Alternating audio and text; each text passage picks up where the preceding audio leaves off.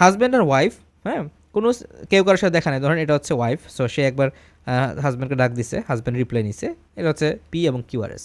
আবার তাকে ডাক দিছে, আবার সে রিপ্লাই নিছে, এটা হচ্ছে পি এবং কিউআরএস। ঠিক আছে, সো টুতে কী হলো, টুতে হচ্ছে একটু সম্পর্কটা খারাপ হওয়া শুরু করলো।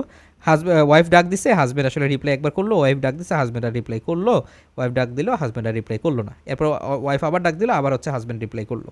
তাহলে যদি এরকম ঘটনা ঘটে, ঠিক আছে, এটাকে আমরা বলি হচ্ছে সেকেন্ড ডিগ্রি হার্ট ব্লক। এটা মোটামুটি একটা বিষয়। ফার্স্ট ডিগ্রিতে তো কোনো চিকিৎসাই লাগে না, সেকেন্ড ডিগ্রির প্রথমটাতে চিকিৎসা লাগে না, বা টাইপ 2তে চিকিৎসা লাগে।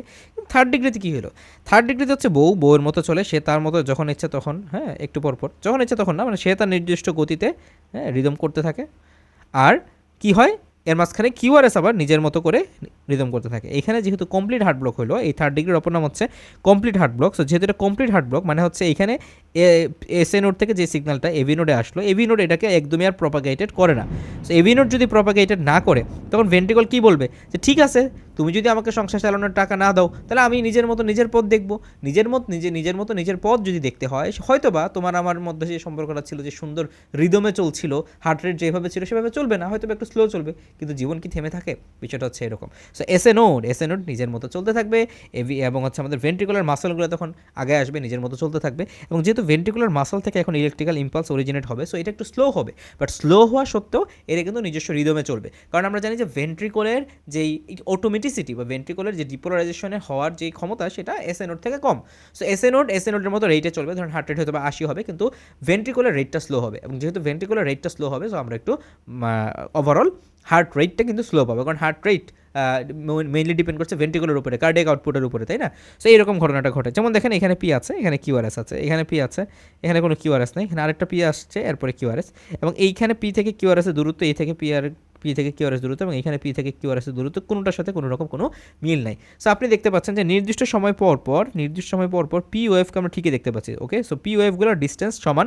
আবার যদি আপনি দেখেন কিউআরএস কমপ্লেক্সগুলোর ডিস্টেন্স সমান, তাহলে ভেন্ট্রিকলের মতো চলছে, হয়তোবা একটু ধীর গতিতে, বাট জীবন তো আসলে বসে থাকে না। সো এই জীবনের কথাবার্তায় আপনাদেরকে থার্ড ডিগ্রি এভি ব্লকে বলছি, ইনশাআল্লাহ যেন আপনাদের মনে থাকে। সো এই যে হাজব্যান্ড ওয়াইফের সেপারেশন হয়ে গেল, তাহলে এট্রিয়াম এবং ভেন্ট্রিকুলার সেপারেশন, এটাকে আমরা কি বলছি? এটাকে আমরা বলছি এট্রিও ভেন্ট্রিকুলার ডিসোসিয়েশন। এটাকে আমরা কি বলছি?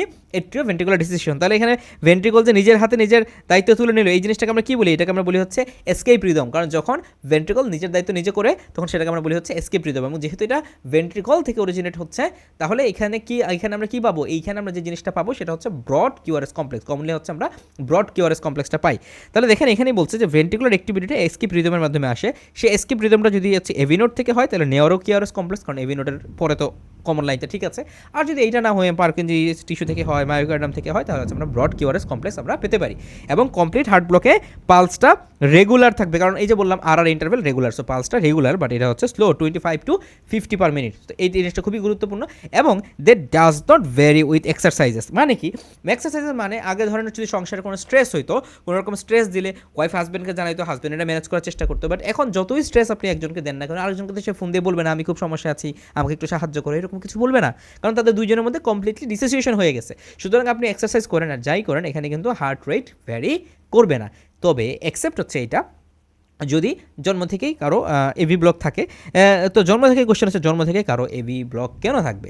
জন্ম থেকে এভি ব্লক থাকার একটা কারণ হচ্ছে যে কোনো মায়ের যদি এসএলই থাকে, ঠিক আছে, হ্যাঁ, কোনো মাদার উইথ এসএলই, হ্যাঁ, সো কোনো মায়ের যদি এসএলই থাকে, তখন তার বাচ্চাদের কিন্তু এরকম জন্ম থেকে হার্ট ব্লক হতে পারে, ঠিক আছে, ওইটা হচ্ছে কনজেনিটাল এভি ব্লক।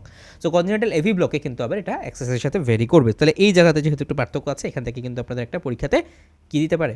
এসবি দিয়ে দিতে পারে, রাইট। আচ্ছা, এখন দেখেন আরেকটা বিষয়, আমরা জেবিপির কনসেপ্টটাতে আবার একটু মনে করার চেষ্টা করি, যে রাইট এট্রিয়ামের প্রেশারটা হচ্ছে জেবিপি দিয়ে মিন করে।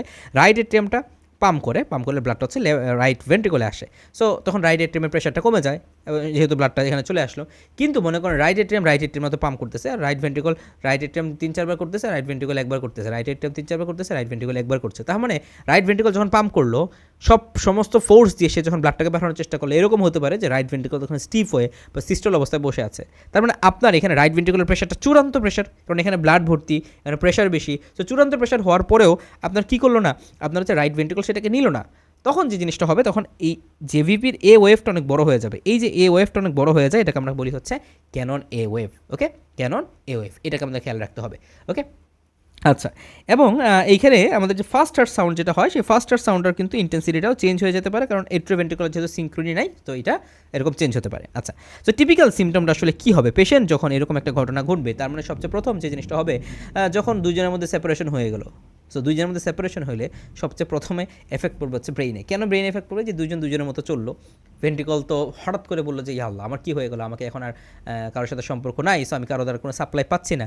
সো যখন সে নিজের দায়িত্ব পালন করবে এর এক পর্যন্ত তার কী হবে, একটা খুব খারাপ ফেজ চলবে না? ওই খারাপ ফেজ যেটা, সেই খারাপ ফেজটাই হচ্ছে স্ট্রোক স্যাডান সিনড্রোম।